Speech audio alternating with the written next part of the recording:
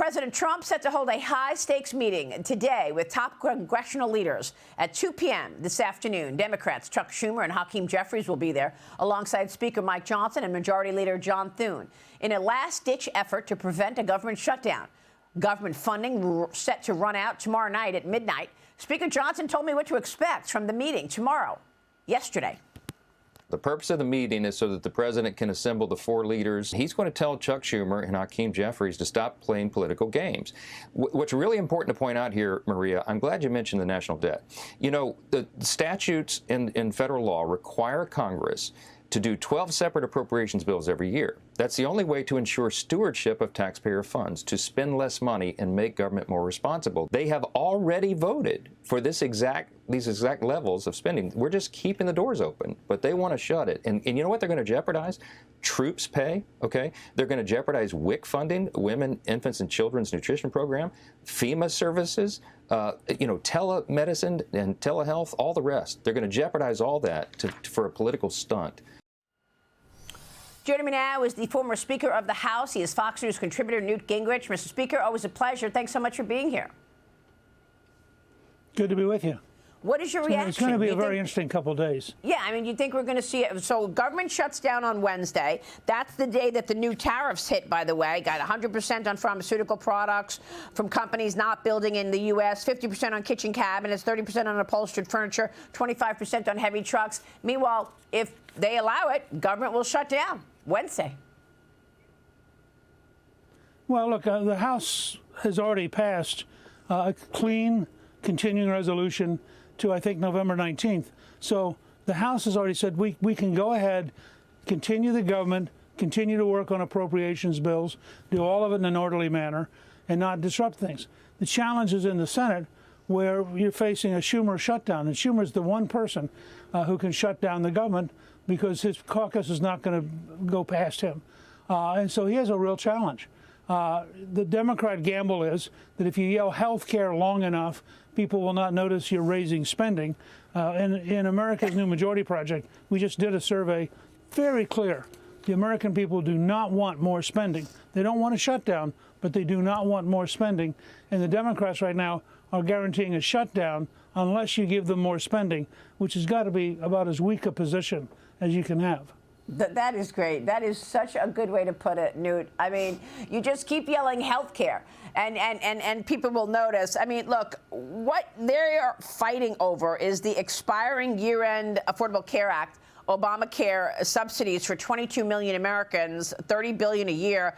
But they're also fighting over allowing illegals to get health care. Yeah, well, look, again, it depends on which argument you make. Democrats believe if they yell Medicaid and health care, you'll like them. The Republicans believe when you say the reforms cut out able-bodied Americans who refuse to work, the reforms cut out people who cheat, and the reforms cut out illegal immigrants, well, the American people like that. So it's a question of which argument. But beyond that, you ask the average American, is there enough waste in government to get to a balanced budget? Over half the country believes just by, whether it's accurate or not, just by cutting the waste, you could get to a balanced budget. The Democrats are saying, no, we need more money. I think it's look, both the Democratic House and Senate leaders, they're both from New York. New York's a very liberal state. It's a very big government state. It's a very government union state. And so they operate inside a world where getting more money out of the taxpayer is the natural pattern, because their interest groups all want the money. In the rest of the country, I think they're going to find it's a very weak argument, and they're putting a lot of Democrats at risk by making them the pro-spending, pro-shutdown party. And I think individuals are reacting. I mean, look at this Republican voter registration that we're watching, which jumped to 25% in California. According to Cal Matters, Democrats hold 46% of registration, independents 22%. One historically blue county flipped red for the first time in 10 years. Republicans now have a narrow voter registration edge over Democrats in Stanislaus County. Just last year, Democrats held the district by 1,400 registered voters, Newt. What do you think that says about the state of affairs today going into the 2026 midterm elections? Well, I follow the work of Seth Keshel, who is the best student of voter registration. He says since President Trump was elected, we've had about 1,600,000 people switch to the Republican Party. He just said since February in California, you've had 48,000 additional Republicans and 400 additional Democrats. I mean, think about that margin. But he said in Pennsylvania, Arizona, North Carolina, all these states, you're seeing a steady drift towards the Republicans, and it accelerated after Charlie Kirk was assassinated. In some of those places, you saw a really big jump as people decided they were sick of the Democrats, and they moved, I think, in sympathy with Charlie Kirk to re-register as Republicans. Really interesting. Meanwhile, what's your take on the Jim Comey indictment? Former FBI director now becomes the first of the Obama-era officials indicted for charges stemming from the Russiagate hoax and the investigation. He's facing 2 counts, lying to Congress and obstruction of justice. But former House Intelligence Committee chairman and current Trump media CEO Devin Nunes told me yesterday it is entirely possible that more charges are coming for Comey, and more former intelligence officials will also be facing the music. Watch this. He has long been a liar, a leaker. He's dishonest. He ruined the FBI. He will be lucky if there is not a grand conspiracy charge brought, which is really what should be brought against probably about 24 characters in the United States over the last 7-8 years. Should there be more charges against Jim Comey? Very specific, and it's over whether or not he lied on this one part. The larger part is whether or not you can bring a kind of grand conspiracy case. And, people talk about, there's the law, which is, lying to Congress, lying to the FBI, but there's also a term in there called misleading. And what a lot of these guys did is they made up things using intelligence that didn't exist, but acted like they knew something that actually wasn't there, and they lied and misled the American people. The only intelligence that they had is that the Russians were very well aware of Clinton's plan, and they actually not only thought Clinton was going to win, but likely preferred that she would win. So going back to the cover-up of her missing emails, that, by the way, are still missing, they all got involved in this plan. They all got the FBI exercise. What do you think, Newt? Because we all lived that, and we remember that John Brennan was well aware that Hillary Clinton was coming up with a plan to hide her emails, and the plan was to tie Trump to Russia. So if they knew that, and they didn't present it, that's misleading the court, misleading Congress. Is there a grander conspiracy charge to come? Well, the most amazing thing is that there was a meeting in the Oval Office with President Obama, with the senior leaders, after the election, in which they decided to methodically undermine the presidency that the American people had chosen. I mean, it's virtually treason.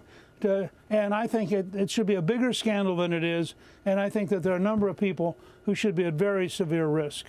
Yeah.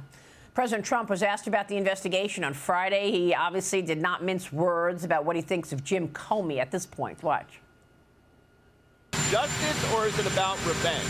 It's about justice, really. It's not revenge. It's about justice. It's also about the fact that you can't let this go on.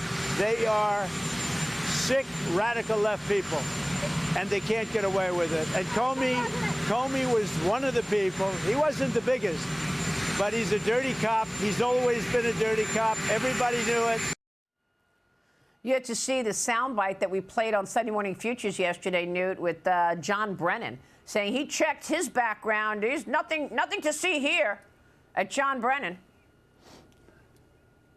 Look, well, first of all, if you're a liar, why not keep lying? I mean, there's no advantage for any of these guys to come out and suddenly say, oh, gee, I'm really sorry that I broke the law. Brennan clearly broke the law. Clapper, who I used to admire a great deal, clearly broke the law. The FBI under Comey was lying to the federal judge in order to get a wiretap that it had no right to get. I mean, you go down this list of things. This was a core group of left-wingers who had decided that they would overturn the judgment of the American people, and they were prepared to basically violate the Constitution, violate the law. And I do think there ought to be some kind of clear public coming to justice of these things. I mean, this was really when you look at all of it, it was an astonishingly sick operation, and continued up through the 2020 campaign, when you had 54 intelligence officials sign a letter about the Hunter Biden laptop that was a lie. Yeah. And 54 people who'd been entrusted with American intelligence signed a letter that was a lie. And that is exactly why Devin Nunes sees this as a conspiracy that's still going on. It went from item to item to item. Don't forget, they raided Mar-a-Lago because my sources tell me they wanted the report on Russia collusion, which I have because now it's been declassified. They wanted to see if Trump had it. They wanted to destroy it. He didn't have it. It was in a safe at the CIA. I digress. Let me get your take on the news of the morning. Incumbent New York City Mayor Eric Adams is out. He dropped out of the mayoral race less than 2 months away from Election Day. It is now a three-way race between Democrat Socialist Zoran Mamdani, Independent Andrew Cuomo, and Republican Curtis Sliwa. What do you think? I think that it's pretty likely, nothing certain, pretty likely that Mamdani, who is a big government socialist with very weird values, is going to become the mayor of New York. For the Democrats, this will be a nightmare. Their highest ranked public figure in terms of publicity will be somebody who is so far to the left and so radical that it is going to drive even more people, as you said earlier, out of the Democratic Party. You're going to see registration continuing to shift to the Republicans as Mamdani, like AOC, becomes the spirit of the new big government socialist, weird value Democratic Party. Yeah. Now, does that help the Republicans, Newt? I mean, I know that it'll kill New York, but I feel like some Republicans are willing to sacrifice New York because they think it'll help them in 26. They'll say, look who's running New York. We can't have that continuing throughout the country. We better vote Republican. Well, my guess is it's also going to mean we have a really good chance to elect the governor of New York State. New York City is far more left-wing than New York State. Yes. And frankly, the totally bad government of New York has made life so expensive for young people that they're actually voting for more government because of the pain government's giving them. It's a sign that nobody's been able to effectively make the case in New York. In the rest of the country, there's a common sense belief that this is all just nuts. But it also goes back to your earlier question. You have Hakeem Jeffrey from New York. You have Chuck Schumer from New York. These are the two people going to the White House, and they come from an area that is so far to the left that they're not very much in touch with the country. Yeah, so maybe it helps Elise Stefanik in the governor's race. Very much so. Yeah. Newt, great to see you this morning. Not that I would wish Mamdani for that purpose. Right, understood. Newt Gingrich, always a pleasure. Thank you, sir.